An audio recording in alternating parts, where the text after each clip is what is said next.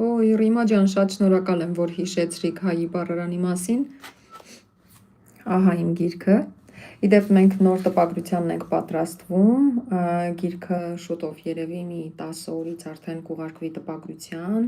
մենք ամբողջությամբ վերանայել ենք,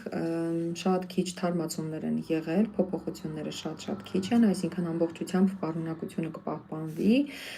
չափը կփոքրանա, երևի այսպես կդառնա, արտաքին տեսքը դիզայնը նույնը կմնա,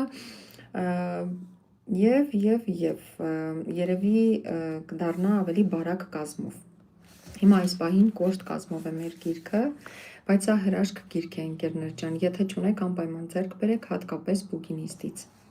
Իմ հեղինակային գիրքն է։ Եվ ինչու է կոչվում հայի բառարան, որովհետև այս գրքից